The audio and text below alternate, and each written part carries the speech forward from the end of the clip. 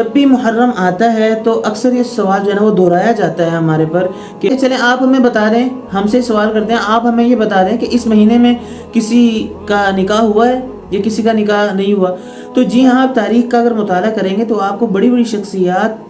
ایسی ملے گی جن کا محرم الحرام کے مہینے میں نکاح ہوا ہے۔ السلام علیکم ورحمۃ اللہ وبرکاتہ، امید ہے کہ آپ سب خیریت سے ہوں گے۔ آپ کو معلوم ہے کہ محرم الحرام کا مبارک مہینہ چل رہا ہے، اور اس مہینے میں اکثر و بیشتر یہ سوال بہت زیادہ پایا جاتا ہے کہ کیا محرم میں نکاح کرنا جائز ہے یا نہیں۔ اور جب بھی محرم آتا ہے تو اکثر یہ سوال جو ہے نا وہ دہرایا جاتا ہے ہمارے پر کہ محرم میں نکاح کرنا جائز ہے یا نہیں۔ تو آج سب سے پہلے تو ہم یہ بات ضرور جانیں گے کہ اس سوال کا جو اصل مقصد ہے وہ کیا ہے، یعنی کہ سوال لوگوں کے ذہنوں میں کیسے اور کیوں آ جاتا ہے۔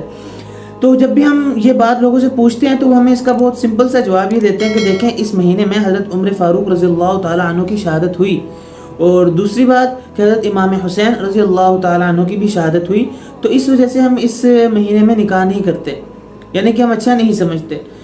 تو ہم انہیں یہ کہیں گے کہ بھائی دیکھیں، حضرت عمر فاروق رضی اللہ تعالیٰ عنہ اپنی جگہ، حضرت امام حسین رضی اللہ تعالیٰ عنہ اپنی جگہ،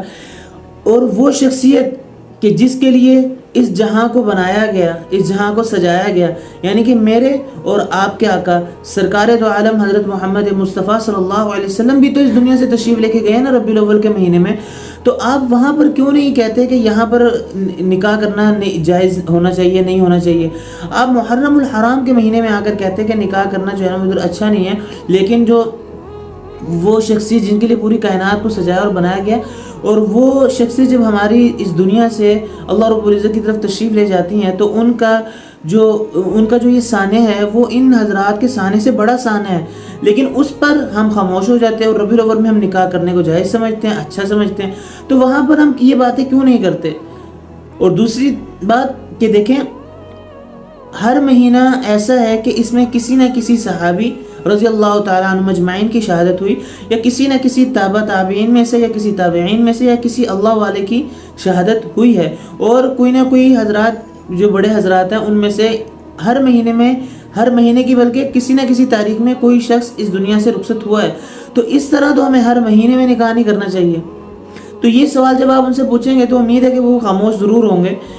تو یہ اس سوال کا مقصد یہ ہوتا ہے کہ یہ اس وجہ سے لوگوں کے ذہن میں سوال آتا ہے۔ تو پھر دوسری بات یہ کرتے ہیں کہ چلیں آپ ہمیں بتا دیں، ہم سے سوال کرتے ہیں آپ ہمیں یہ بتا دیں کہ اس مہینے میں کسی کا نکاح ہوا ہے یا کسی کا نکاح نہیں ہوا۔ تو جی ہاں، آپ تاریخ کا اگر مطالعہ کریں گے تو آپ کو بڑی بڑی شخصیات ایسی ملے گی جن کا محرم الحرام کے مہینے میں نکاح ہوا ہے، اور ان میں سے سب سے پہلی شخصیت میرے اور آپ کے نبی حضرت محمد مصطفیٰ صلی اللہ علیہ وسلم سرکار دو جہاں کا نکاح حضرت اماں جان سیدہ حفصہ رضی اللہ تعالیٰ عنہ سے محرم الحرام کے مہینے میں ہوا۔ اور دوسری بات کہ حضرت ام کلثوم رضی اللہ تعالیٰ عنہ کا نکاح حضرت عثمان غنی رضی اللہ تعالیٰ عنہ سے جو نکاح ہوا وہ بھی محرم الحرام کے مہینہ میں ہوا۔ اور ایک روایت کے مطابق حضرت فاطمہ رضی اللہ تعالیٰ عنہ کا نکاح بھی محرم کے مہینے میں ہوا۔ تو معلوم ہوا کہ محرم کا جو مہینہ ہے اس میں نکاح کرنا ثابت ہے، اور نکاح کرنا بذات خود ایک سنت ہے، اور اس کو سنت کے درجے پر رکھ کر اس کو ضرور کرنا چاہیے، اور یہ کوئی ناپسندیدہ عمل نہیں ہے، کیونکہ اللہ کے نبی نے فرمایا کہ نکاح سنت ہے، النکاح من سنتی فمن رغب عن سنتی فلیس منی، نکاح میری سنت ہے۔ تو لہذا اس سے ہمیں بات معلوم ہوگی کہ نکاح کرنا محرم کے مہینے میں کوئی ناپسندیدہ چیز نہیں ہے۔ تو لہذا ہمیں اس مہینے میں جو لوگوں کے تاثرات ہیں اس کو غلط ثابت کرنا چاہیے، اور ان لوگوں کی جو باتیں ہیں ان کو غلط ثابت کرنا چاہیے، اور ان کو اگر بات ہو تو ان کو سمجھانا چاہیے بھائی ایسی بات بالکل بھی نہیں ہے۔ تو امید ہے کہ آپ کو ویڈیو اچھی لگی ہوگی، انشاءاللہ ایسی ویڈیو لے کے آپ کی خدمت میں حاضر ہوتے رہیں گے۔ انشاءاللہ اگلی ویڈیو تک کے لیے اجازت دیجیے، اپنی دعا میں یاد رکھیے گا۔ اللہ حافظ۔